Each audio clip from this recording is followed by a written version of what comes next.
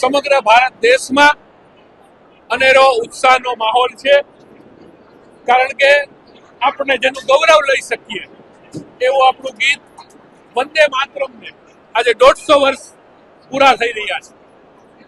1875માં બંકિમચંદ્ર ચટ્ટોપાધ્યાયે આ ગીતની રચના કરી અને પરમ પૂજ્ય રવિન્દ્રનાથ ટેગોર દ્વારા આ ગીતનું ગાયન કરવામાં આવ્યું.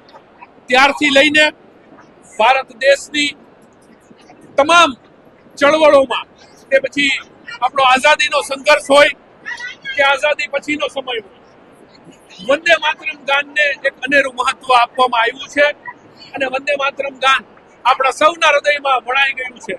ત્યારે આપણા યશસ્વી વડાપ્રધાન નરેન્દ્રભાઈ મોદી, કે જેમનો કણે કણમાં રાષ્ટ્ર પ્રેમ વસેલો છે, એમણે આ ગીતને 150 વર્ષ પૂર્ણ થતા ઉજવણીનો સંકલ્પ કર્યો અને સંકલ્પને આપણે સૌએ વધાવી અને આજે ભારતીય જનતા પાર્ટીના કાર્યાલય ઉપર આ ગીતનું ગાન કરવાનો કાર્યક્રમ રાખવામાં આવેલો હતો અને સાથે ભારત દેશને આત્મનિર્ભર બનાવવા માટે અને સ્વદેશી અપનાવવા માટેના શપથ લેવાનો પણ કાર્યક્રમ કરેલો.